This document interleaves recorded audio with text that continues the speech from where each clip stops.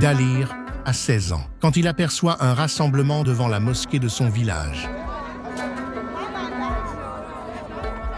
Il s'approche et voit 3 corps de jeunes soldats de l'armée afghane tués et exposés en plein soleil. Mot d'ordre des talibans qui les ont tués. Quiconque tente de toucher à ces corps sera immédiatement emprisonné. Dalir est terriblement choqué. Il s'éloigne et appelle un ami dont l'oncle travaille pour la Croix-Rouge. Une camionnette arrive quelques heures après pour charger les corps.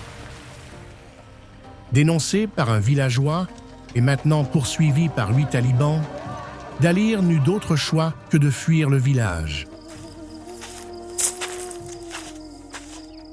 Leur maison réduite en cendres, sa famille trouvera refuge en Iran.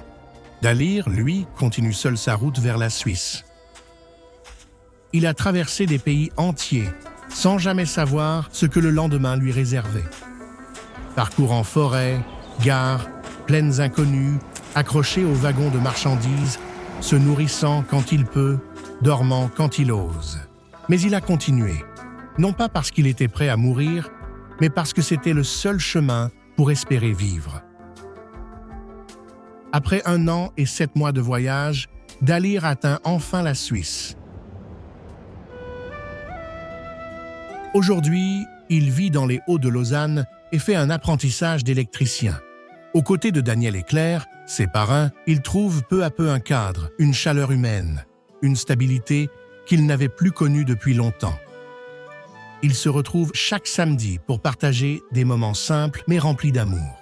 Dalir réapprend la tendresse des liens authentiques et eux aussi, à travers lui, redécouvrent la puissance d'un lien tissé par le cœur et pas par le sang.